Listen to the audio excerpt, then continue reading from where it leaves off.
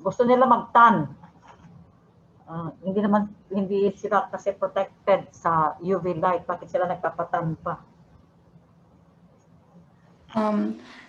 Their melanocytes, doc, secrete melanin slower, or their threshold is higher for it to secrete it.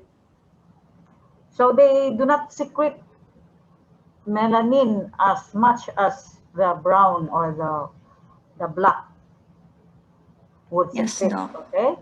So hindi sila masyadong protected sa maraming mga cancer of the skin sa mga Caucasians o mga whites. Okay? Andrea Corpin, we have the function of sensation. Bakit anong nandyan sa skin? There are receptors po. There's what? Pardon me? Meron siyang mga cells, okay? For mechanoreceptors. You have the Merkel cells, okay? Meron din siyang mga Pacinian corpuscles. I think you have taken this up when you took up gross anatomy, huh? Nag-skin na ba kayo sa gross anatomy? Or sa neuroanatomy. I think you have taken this up. The Pacinian corpuscles, the Meissners, and the Merkel's corpuscles or Merkel cells. Okay, they are found in the skin. So they're used for sensation, huh? Yung touch, yung deep pressure, okay, and light touch. Okay, so yan ang function for sensation. Ano naman yung Mr. Kuy, yung thermoregulatory function of the skin? What do you think? Just make a guess. We call this scientific guess.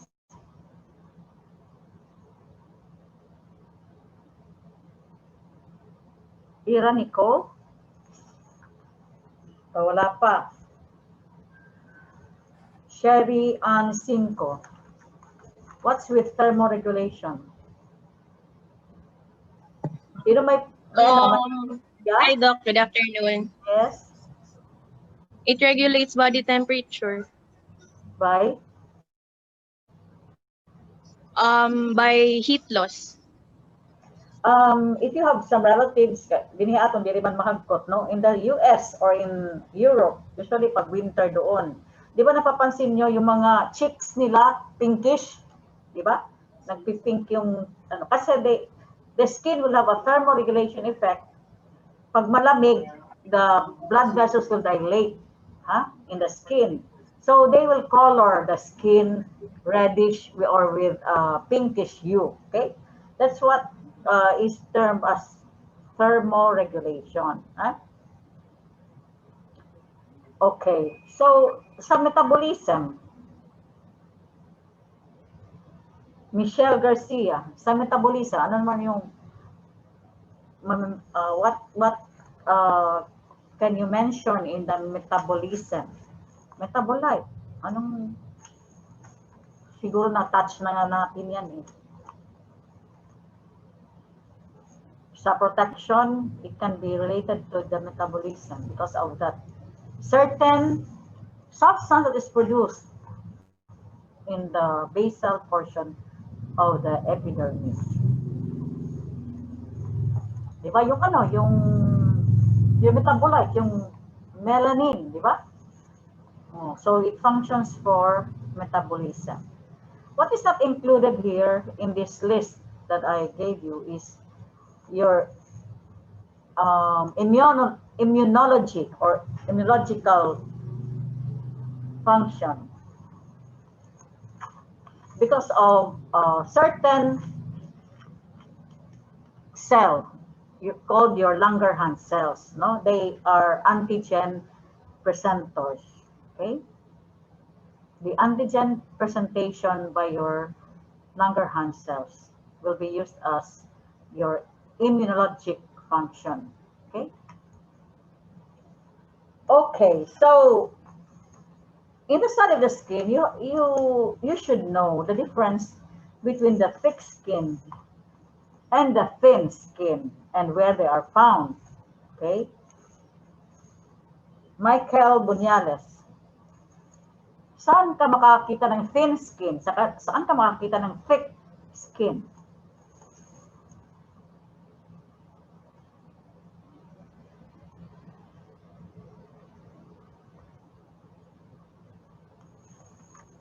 Bunyales, are you around?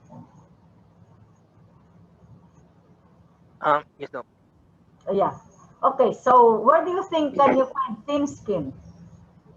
Unahin na lang natin para mas mabilis. Thick skin, saan kaya yun? Arms, Doc. What part of the arm?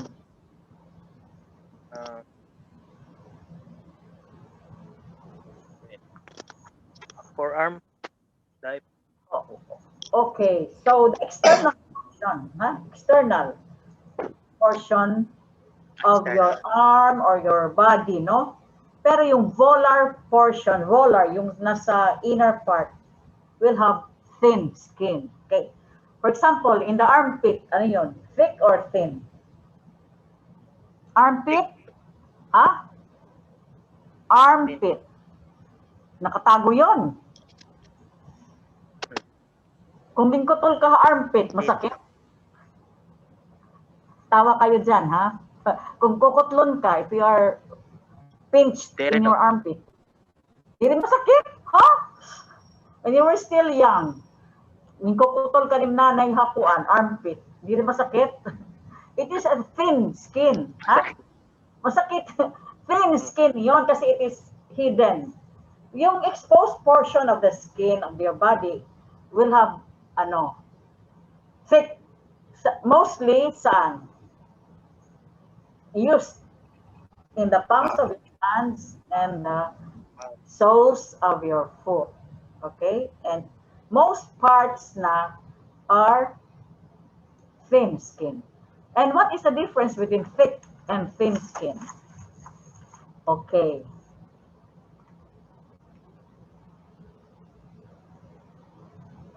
This is your thick skin.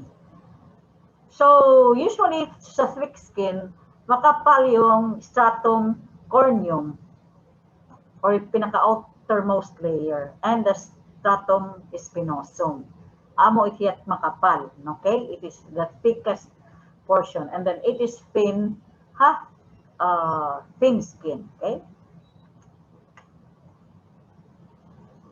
These are the layers of the epidermis. There are two parts of your skin, the epidermis and the dermis. So we take up first the epidermis. So in this slide, you are shown 4 layers, but there are actually 5 layers. Okay. The topmost is the stratum corneum.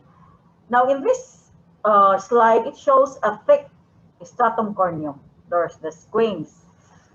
Okay. Composed of several layers of dead, and notice that there are no nuclei, enucleated, no nucleus, flattened keratinocytes. So mostly, most of the skin cells are, what's this? The keratinocytes. Okay, keratinocytes. One of the, see there, you have 4 distinct cell types. You have keratinocytes, and most most cells are the keratinocytes, okay? So in the stratum corneum, marami siyang keratinocytes, and these squames have no nucleus. They are flattened, as many as 50 layers, okay? The next layer, which is sometimes absent, no? Usually in the thin skin, is the stratum lucidum. It is not found here, no? Stratum, it is worth mentioning, you have a stratum lucidum, okay? It is poorly stained, that's why you cannot see it sometimes. And nuclei are also absent, okay? The next layer is the stratum granulosum, okay? your so-called keratohyalin granules found here, no? Only 3 to 5 layers thick with polygonal-shaped nucleated keratinocytes. So you will see in the granulosome, may danahian nucleus. There's nucleus now there, okay?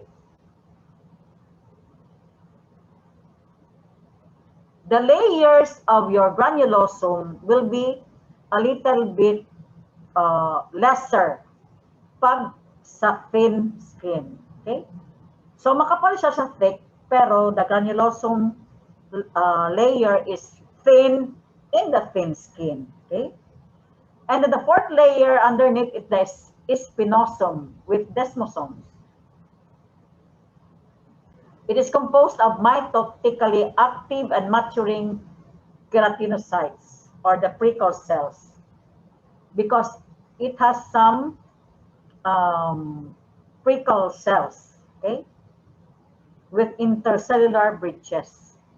Well, that's why it's called spinosome. Under the microscope, you will see spines outside of the cell, okay? And the last layer, which is composed of single layer of mitotically active tall cuboidal keratinocytes, is your stratum basale, okay? The basal layer, from which you will have your regeneration, okay? Nag-regenerate yung skin through the basal layer, okay? Beneath the basal layer, you will find now the dermis, the lower part of the skin, okay? So epidermis, then the dermis, okay? Underneath, okay?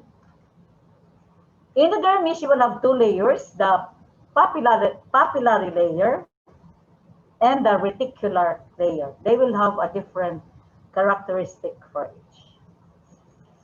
Now notice in this slide, you will have 4 distinct cell types. Mostly will be keratinocytes. Then we have the melanocytes, which are found on the basal layer of the skin, and they will produce your melanin. Then you will have the Langerhans cells, which are antigen presenters, and the Merkel cell, usually also in the basal layer of the skin. These are just pictures of your squamous cells. And there, your melanocyte, with letter M, melanocyte, and they come from the neural crest origin. Now, the melanocyte are usually found sa basal layer, and they migrate into the stratum basale during the embryonic development. The melanocytes will manufacture melanin pigment. This is what gives you the color of the skin, your melanin pigment.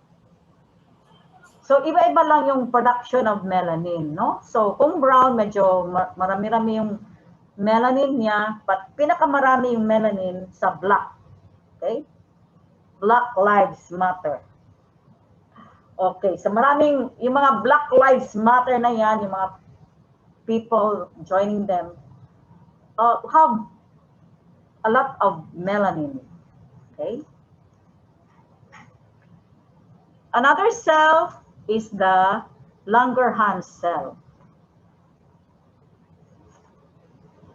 Before I go to the Langerhans, ito yung production of melanin, and it comes from your amino acid tyrosine, okay? And with the action of your dihydroxyphenylalanine, your DOPA will be converted to melanin, okay?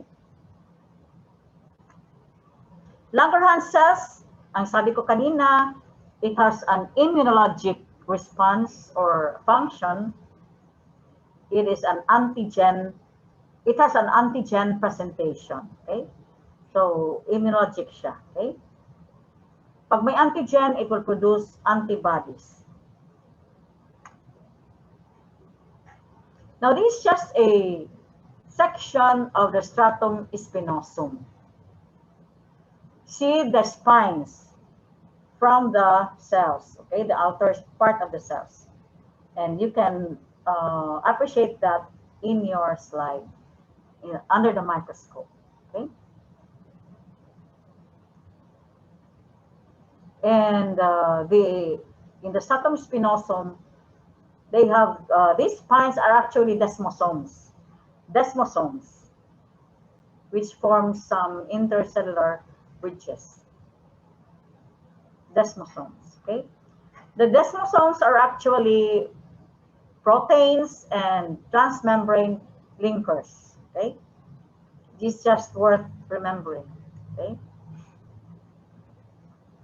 Now this one is the keratin filaments. Production of your keratin in the outermost section of the skin.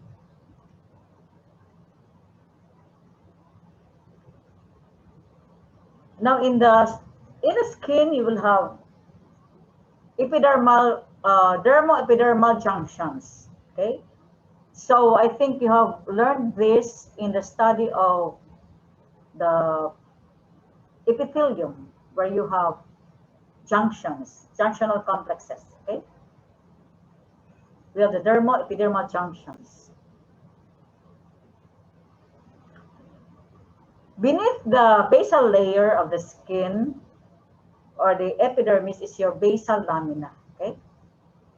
The basal lamina will consist of the lamina lucida with anchoring proteins, and you have your lamina densa of cross-linking fibrils.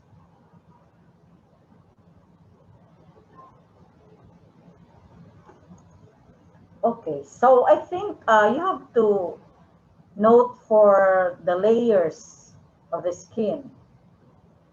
You have the epidermis, which consists of the 5 layers kanina that I have said, no? You have the stratum corneum, the lucidum, granulosum, spinosum, and the basal layer, okay? From topmost to the most basal portion, okay? Since we are not having an exam na enumeration, I will not give you that enumeration of the layers of the skin from topmost to the most basal portion, or from the basal to the topmost. So it will be a different type of exam. Kay puro lang sa inyo, doktor, puro lang ko no selection type it aton exam. So it will be a different thing. Basta you should know which comes first, from topmost, from the top or from the bottom. Huh? Okay? So below the epidermis is now the dermis. So in the dermis, you will have your blood vessels, the lymph, okay, and the collagen. Yung gusto mag-dermatology, no, as specialty, dapat alam mo yung layers of the skin. And the dermis, kasi meron siyang mga collagen.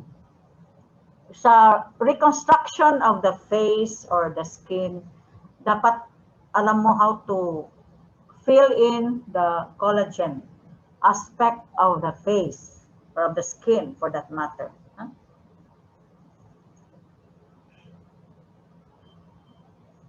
So in the dermis, you will have the so-called papillary layer, the top layer, and then the lower layer is your reticular layer, the deeper, coarser, or dense layer of the dermis.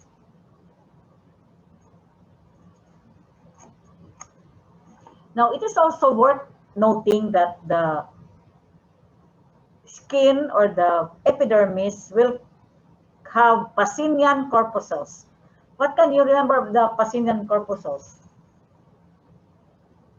It is for pressure, diba? And your rufinous corpuscles and the cross and bulbs for the Anong sensation? For the heat and cold sensation. Ano yun? Ulit? Yeah, the heat and cold sensation. And bulb of Ruffini. Yes. Ano yung sa Ruffini naman? Heat. Okay. Pasin yan. Dapat meron kayong mnemonics for that. Pressure, di ba? Pasin yan, letter P. So, pressure. Okay?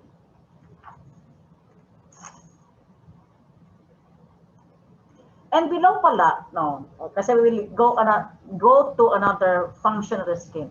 Below the dermis is the hypodermis. So hypodermis, see, you have there your subcutaneous tissue. Have you been to histology of the subcutaneous tissue? Maraming fats, yung parang empty cells. Have you seen that in your slide? Ariel Pacoma, have you seen that in your slide? Not yet, Papa Doc. Anyway, look at the slide there. You see that whitish, di ba? Para mga empty cells, di ba?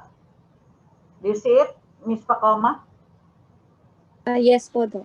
Yan yung mga fat cells, okay?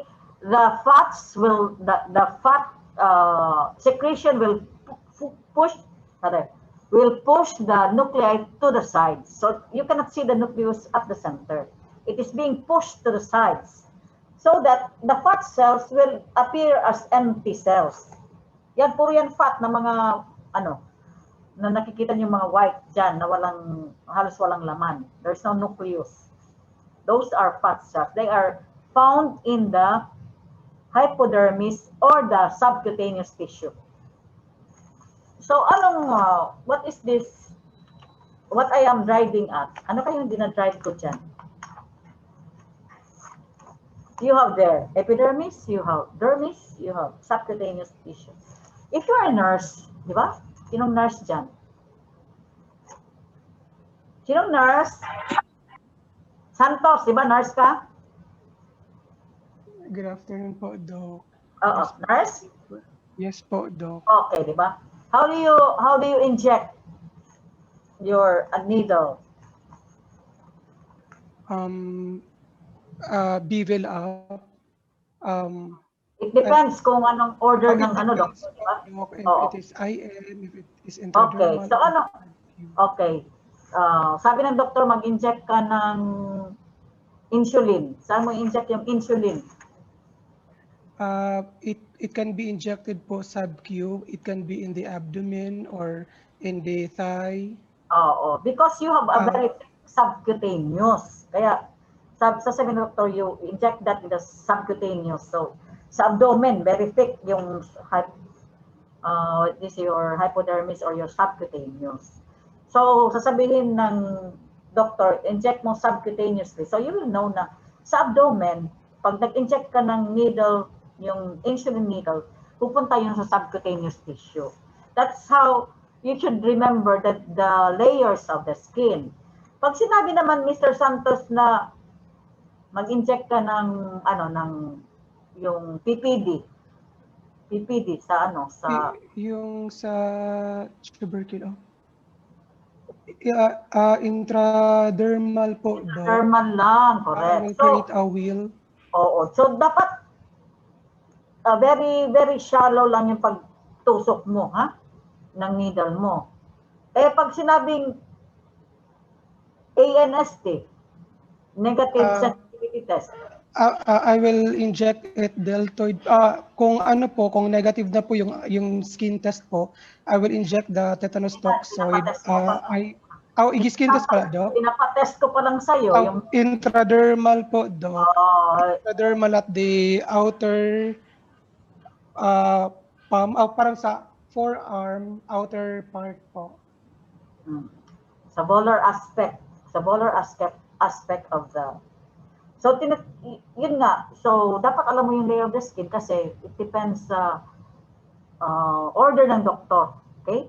Kung anong pag-inject, dermal ba or subcutaneous or mamaya you go to the muscle. So intramuscular will be a different thing. Okay?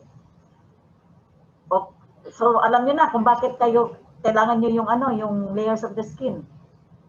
Di ba? And then also when you get to surgery or obstetrics, you will have surgery, you will assist a surgeon in the operation, and then the doctor will ask, or the surgeon will ask, the obstetrician will ask, first knife. Mr. Santos, para ano yung first knife? Pag-opera, first knife.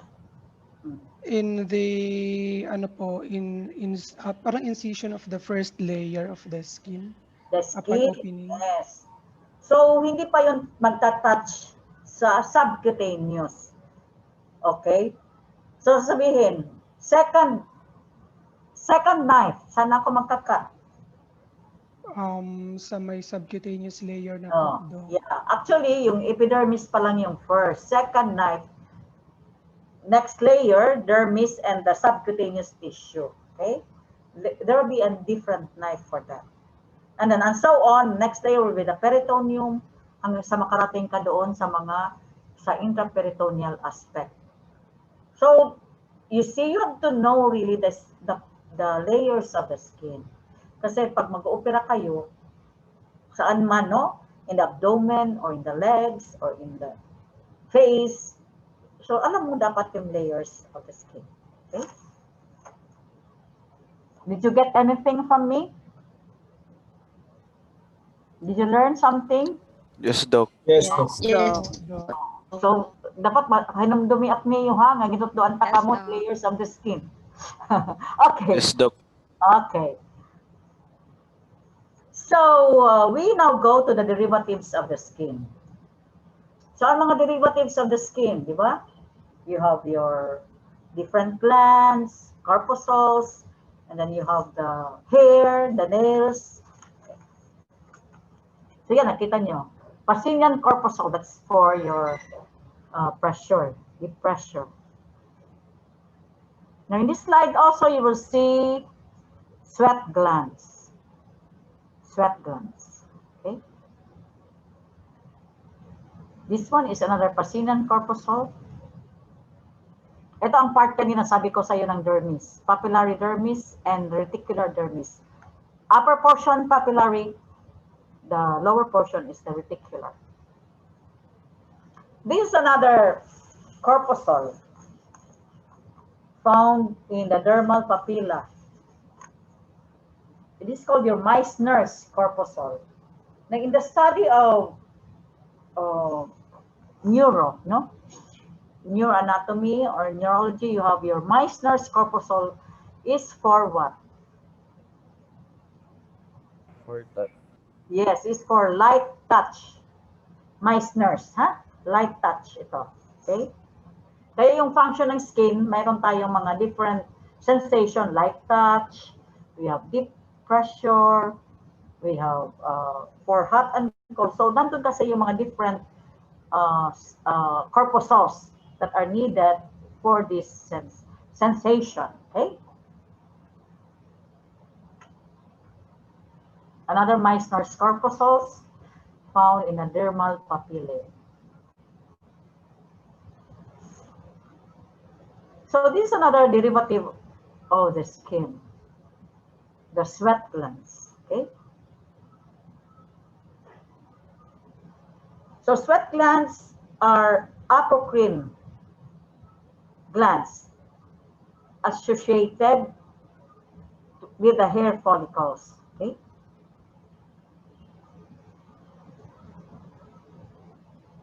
Usually, where do you find this? Sweat glands. Oh, kung mag-announce ako ngayon ng exam, saan yung mga magsasweat sa inyo? Mag-exam lang tayo. Papawisan yung, where will you perspire? Palms of the hand. The palms of the hands, yes. So you have a lot of sweat glands in your palms of the hands.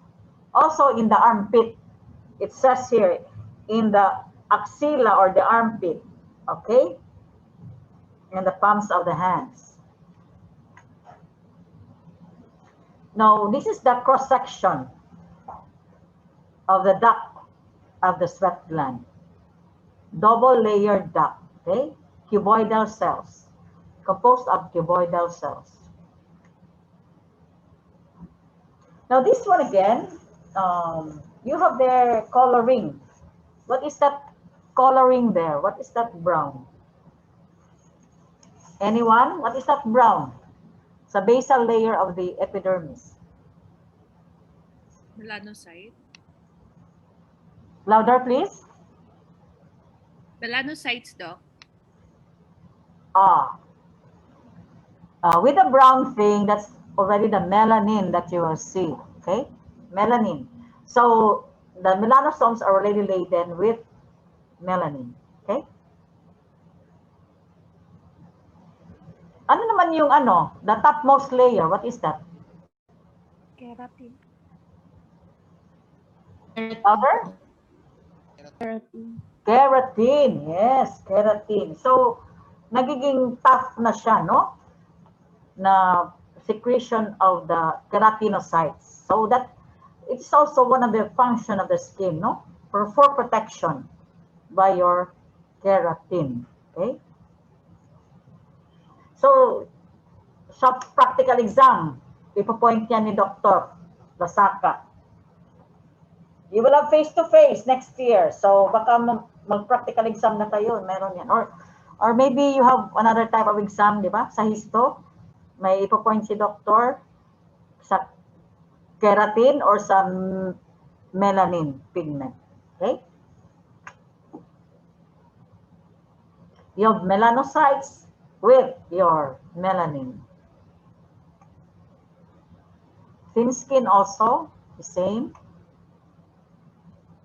And this is your sweat gland.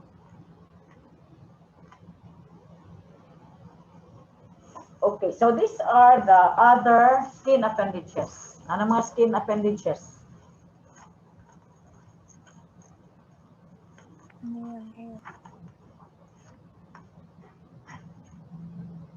Gabriana, Angel.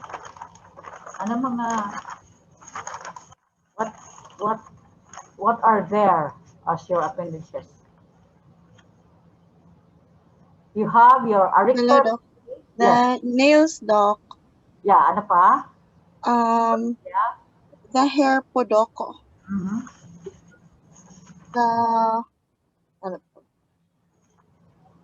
The skin, Doc. The skin, the nails, the hair, the sweat glands po, Doc. Okay, so you have the hair composed of shaft cornified cells with your hair follicle, no?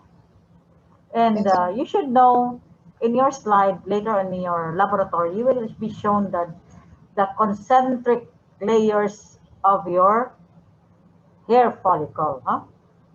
Okay, pag ikat mo yan yung hair follicle na you will see concentric layers of the hair follicle, no? Then another one is your arrector pili muscles.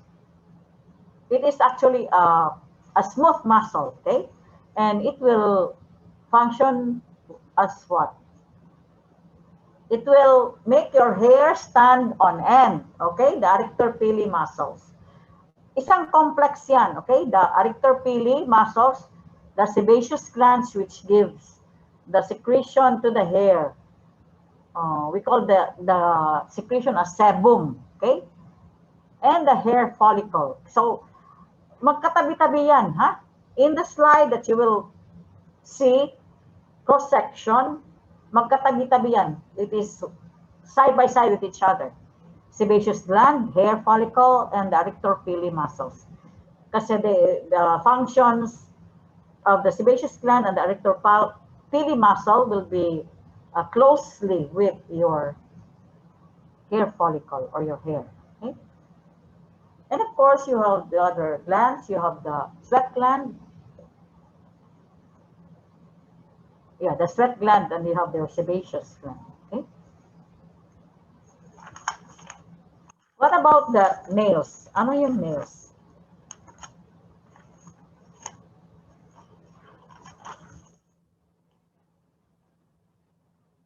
Jessa Saab. Ano yung nails? What are nails? Hello, Doc. Yes, what are nails? Nails, doc. These are hard plates of keratin, doc, on the dorsal surface of the distal phalanx. Yes. These are cornified structures sa distal phalanx. And usually may nakiya mga cuticle, di ba? Why is it na, di ba when you go for a manicure, pedicure, pinapatanggal yung ano, yung cuticle, dapat hindi, di ba? Because it will protect actually the nails and baka masamad ka pa, okay? Pero yung ano, yung beautician, they usually remove the cuticles. I don't know why. Pagpahusay na, I think. Okay? So, itong sinasabi ko, no? You have your hair follicle, and close by will be the arrector-pili muscles, and you have there some tissues of the sebaceous glands. It is hard to see, but you can actually see it. Yung mga whitish there, na? Sa side ng hair follicle. Those are sebaceous glands. So, as I've said, it is in complex. Isang complex siya, no? You have the arrector-pili muscles, you have the hair follicle, and you will have the sebaceous gland. Okay? They go hand in hand with each other. Again, letter M is for the arrector-pili muscle, letter G for the sebaceous gland, and F for the hair follicle. So, yan ang sinasabi ko, ha? Magkatabi-tabi lang sila. Okay? Because the function form of the muscle and the gland would be for the follicle. Okay?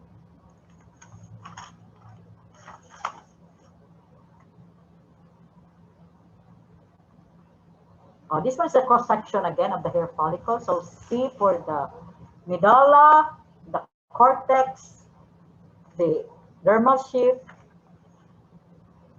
the outer epithelial sheath, and the dermal sheath. Okay. Now, in internal medicine, you will have several diseases that will affect the skin. Okay. Sebaceous glands, diba? Okay. Para siya mga grapes. Okay. Sebaceous glands again. More again of sebaceous glands. This one is the sweat gland, consisting of your cuboidal cells in the ducts of the glands. The nails. Sorry. So we're done with the mayroon na akong clinical aspect, okay? What you have there with your skin are rather symptoms that you will feel or signs that you will have in the skin. One of which is itching, di ba? If you have allergies or you are bitten by an ant or a bee, you will have itching, pruritus, no?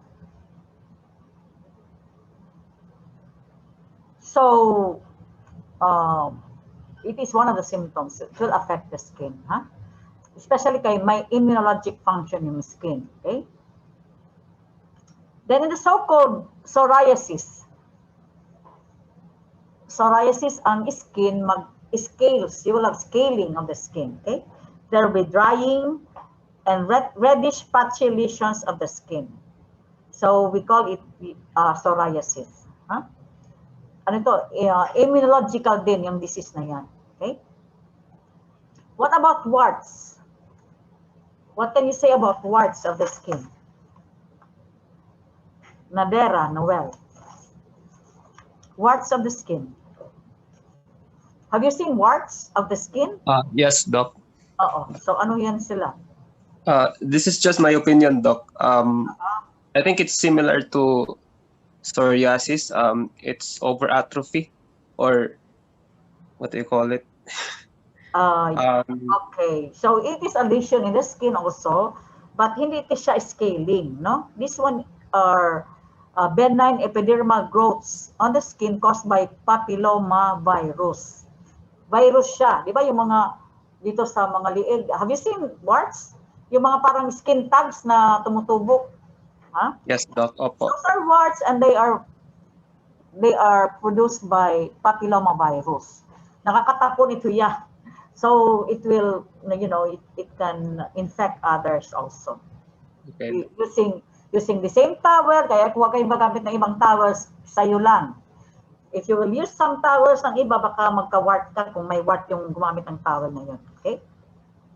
Also, with regards to melanin pigment, we have the so-called vitiligo. Okay? When there are patches of white areas of the skin, no, vitiligo yon. Pero kung all over yung white thing, wala siya talagang kulay, no? White lang talaga siya, it is called albinism. Okay? Yes po, Doc. Oo. So, alam mo na yon kung ano yung vitiligo, patches, yung patches lang of white skin, vitiligo yon. Pero kung it is the buo na, no? It is called albinism. Okay? Also, in the skin, merong mga malignancies, basal cell CA or squamous cell carcinoma. They are also diseases of the skin. Okay? So I think that's all what's important about the skin. So just to recap, so that you will have a bird's eye view in your mind, no? Sa skin, dapat alam mo yung function, okay? I mentioned 5 functions, and there are structures there that are worth mentioning para you will have the function, no? It depends on the structure that you're talking about, okay? And then you have the layers of the epidermis. You have 5. You have to memorize top to bottom or bottom to top. Okay? Dapat hindi siya interchangeable. Okay? And of course, the next layer will be the dermis. And you have 2 layers of the dermis. You have the reticular and the papillary layer. Papillary sa taas, reticular sa baba. And of course, what you will have the types of cells of the skin: keratinocytes, melanocytes, Langerhans cells, Merkel cells, and all other cells, corpuscles that are found. Okay, and the functions of each, and the different appendages of the skin. You have the hair, the nails, and the glands. Remember that the sebaceous glands, the adductor pili muscles, and the follicle, hair follicle, will be lumped as one complex. Para makita mo hiya nga side by side with each other. Okay? So I think I will leave you with that. I hope you can answer my exam next week. Okay? So, may na ka mong pakiana. You have some questions?